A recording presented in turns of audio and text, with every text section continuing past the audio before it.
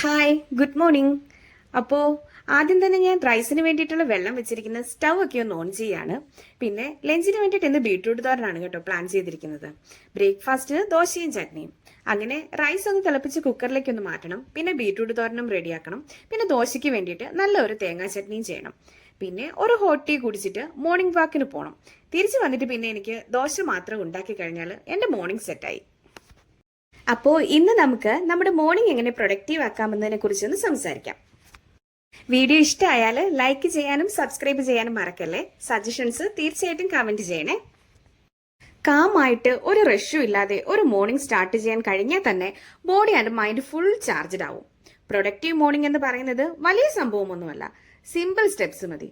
പക്ഷേ ഒരു productive morning ഉണ്ടായാൽ ആ എൻ്റയർ ഡേ പ്രൊഡക്റ്റീവ് ആയിരിക്കും. എല്ലാവർക്കും ഇഷ്ടമുള്ള കാര്യമാണ് പ്രൊഡക്റ്റീവ് ആയിരിക്കുന്നത്. പക്ഷെ ഇത് വലിയ കാര്യമൊന്നും അല്ല കേട്ടോ.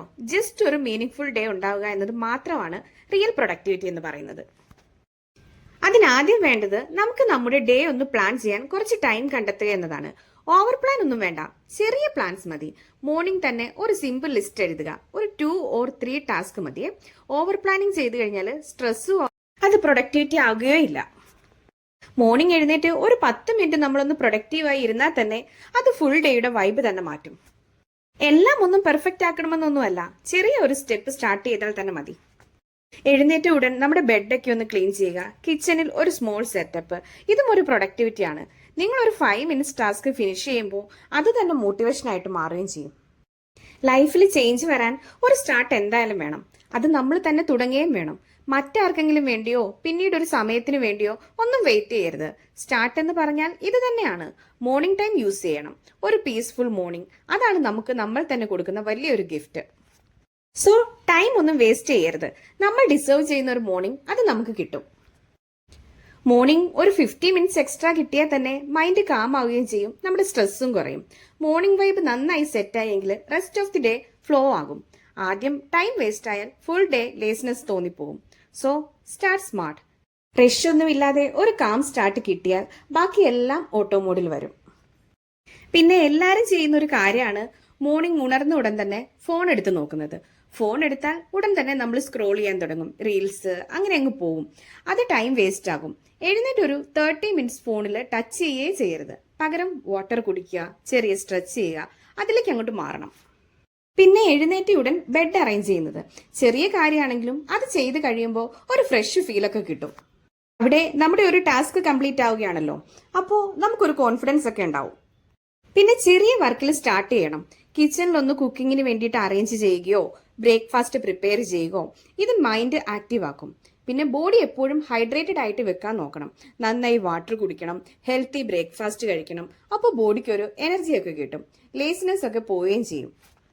പിന്നെ വേണ്ടത് നമ്മുടെ ഓരോ ടാസ്ക് നമ്മൾ കംപ്ലീറ്റ് ചെയ്ത് കഴിയുമ്പോഴും നമ്മൾ തന്നെ നമ്മളെ ഒന്ന് അപ്രീഷിയേറ്റ് ചെയ്യുകയാണ്. ആൻഡ് ദി ഇമ്പോർട്ടന്റ് പോയിന്റ് എന്താന്ന് വെച്ചാൽ ഫുൾ ഡേ എന്തെങ്കിലും വർക്ക് ചെയ്തുകൊണ്ടിരിക്കുക എന്നതല്ല പ്രൊഡക്ടിവിറ്റി. നമുക്ക് വേണ്ടപ്പോൾ ബ്രേക്ക് എടുക്കണം. ബോഡി ആൻഡ് മൈൻഡ് റിലാക്സ് ചെയ്യുമ്പോൾ നെക്സ്റ്റ് വർക്ക് ഈസി ആകുകയും ചെയ്യും. പിന്നെ വുമൻസിന് മൾട്ടി ടാസ്കിങ് ചെയ്യാനുള്ള കഴിവുണ്ടെങ്കിലും മൾട്ടിപ്പിൾ വർക്ക് സെയിം ടൈം ചെയ്യുമ്പോൾ ഒന്നും പ്രോപ്പർ ആവില്ല. ഒരു സ്ട്രെസ്സും തോന്നും. ഒരു ടാസ്ക് കഴിഞ്ഞ് നെക്സ്റ്റ് ടാസ്ക് അങ്ങനെ ചെയ്താൽ മതി.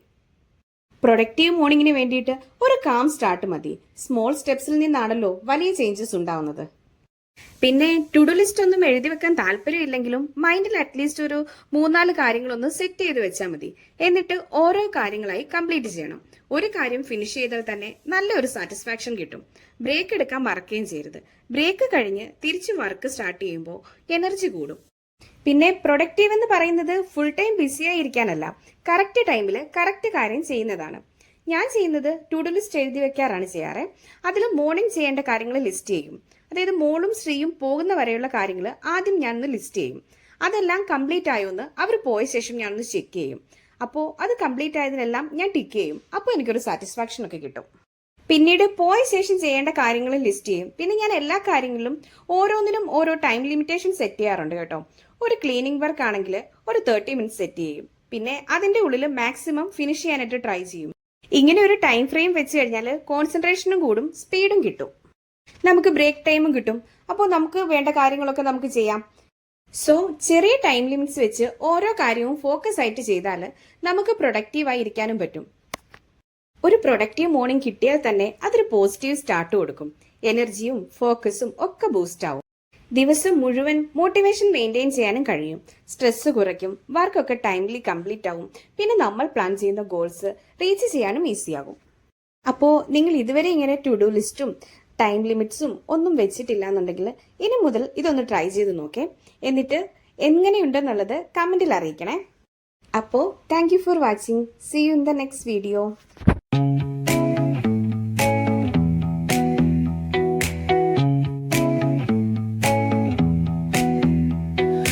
Neon hums like a